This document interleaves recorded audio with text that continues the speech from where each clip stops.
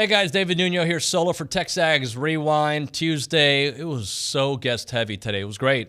We had a lot of great stuff going on. We had Aggies in the NFL, Shireen Williams giving her perspective, obviously thinking about what's going on with the Aggies on the collegiate side, but the professional side as well. Coach Schlossnagel in the house as well. He came in at 9:05. We talked a little bit about the game against U of H coming up.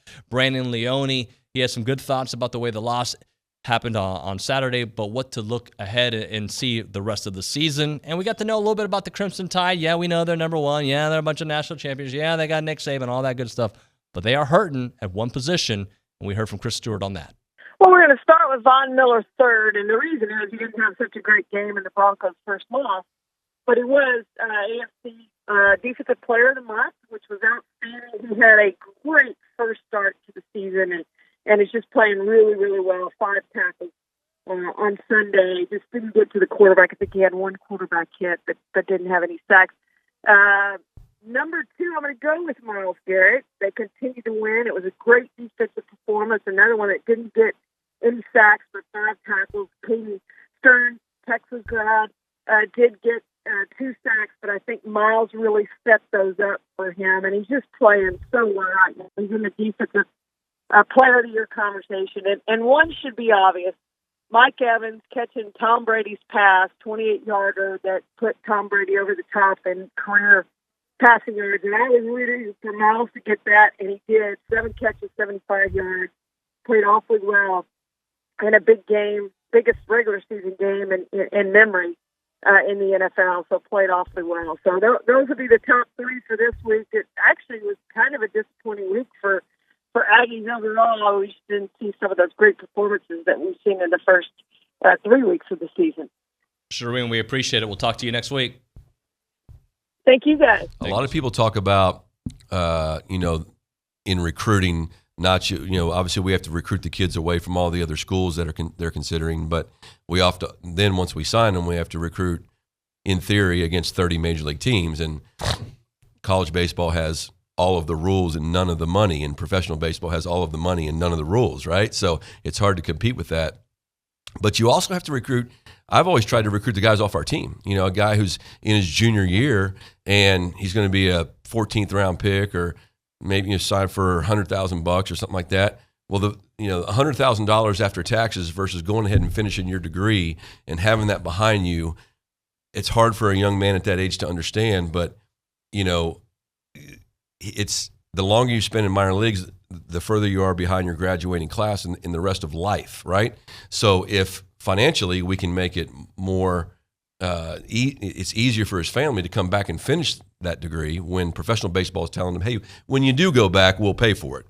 The problem is most guys don't go back, because they're 27, 28, 29 years old, where if we could say, hey, come back, finish your degree. This isn't going to cost you much, if anything.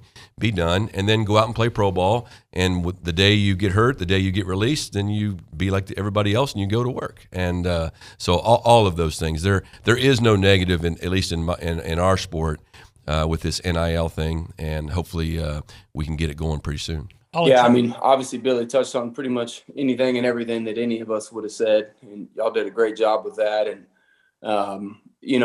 obviously my first emotion, honestly, more than angry and, frustrated or disappointed, was just sad, man. I was sad for the players. I was sad for the coaches, sad for the program, just because of the preseason expectations and everything that was.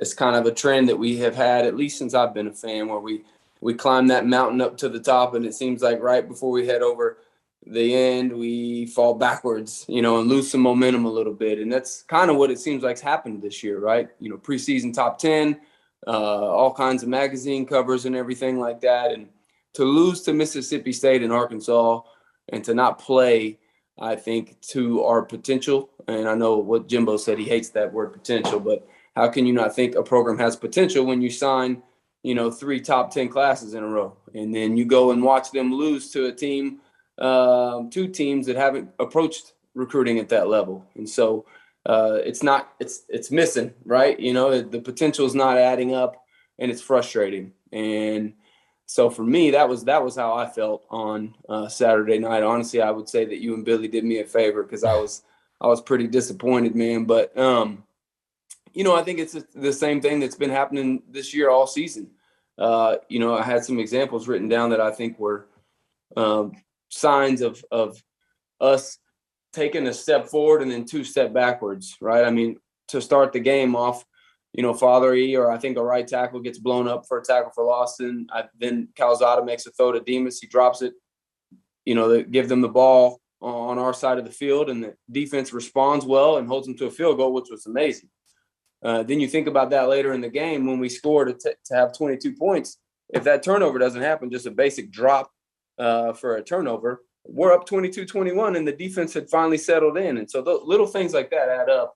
Later in the game when we were on the goal line and their quarterback makes a bad throw, and you think we're about to have them at 4th down. Well, Jalen Jones accident, he gets a face mask on that guy. And so instead of holding them to 4th down, they get a 1st down, and now they have 4 chances inside the 2-yard line. Obviously, they convert on that and get a touchdown. And so let's see. We get a 2nd and 2. We get a good run earlier in the game. It's 2nd and 2. Then we get a tackle for a loss. And then on 3rd and 2, Calzada rolls out. And literally you got Watermeyer and Anais. You can just float it. I mean, both of them had nobody around them.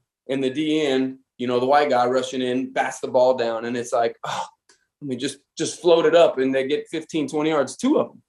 And so these little mistakes like that, you're watching it, and so many opportunities we kind of pissed down our leg. It was just frustrating, man. And so, watching us get just beat up with a 3-man rush from Mississippi State doesn't encourage you, although they do have a good front, doesn't encourage you, Nuno, for the other D linemen that we'll be facing in the future. So just a lot of stuff that was disappointing, beating ourselves, but you can't take away credit from Mississippi State. I mean, they executed unbelievable on offense. I mean, anytime Elko brought pressure, they picked it up and hit the open man. I mean, for them and that team who is less talented than us to beat us in Kyle Field with as crazy an environment that was, they have to execute at a high level, and the coaches and the players have to be dialed in. They were, we weren't. And so here we are, 3-2, preparing to probably be 3-3 and watching Alabama come to town. So yeah, it was frustrating, brother. I think we all know how Nick Saban works, at least from afar. And you tell me, I'm assuming he's telling his Tide, do not underestimate a really good A&M team that's banged up right now. I'm assuming that's part of his messaging. I would assume that is the case as well. I know how much respect he's got for Jimbo. I know how much respect he obviously has for A&M. They've beaten his teams before.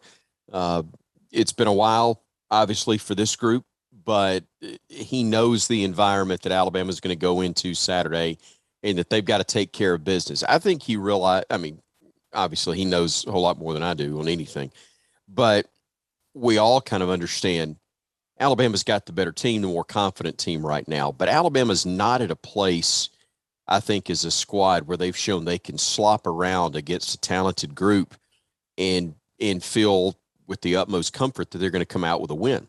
They know, and it's an unbelievable decade plus where you've gone into a game, if you're an Alabama fan, and said, if Alabama takes care of business, does what they're capable of doing, it truly doesn't matter what the opponent does. Alabama's best is good enough to beat somebody else's best. But I think right now they're still in the development stage with who they are on offense, enough deficiencies maybe on defense that you go, look, you can't afford to just run out on the field and assume that the other side's not going to be good enough. And A&M's definitely one of those teams that can handle you if you're not playing well. Thank you for everybody for watching here, TexAgs Rewind. I want to remind you to subscribe, like, comment. Even if you like another school, just keep on commenting. Friendly stuff would be appreciated, but if you got to go there, you got to do what you got to do. It is TexAgs Rewind.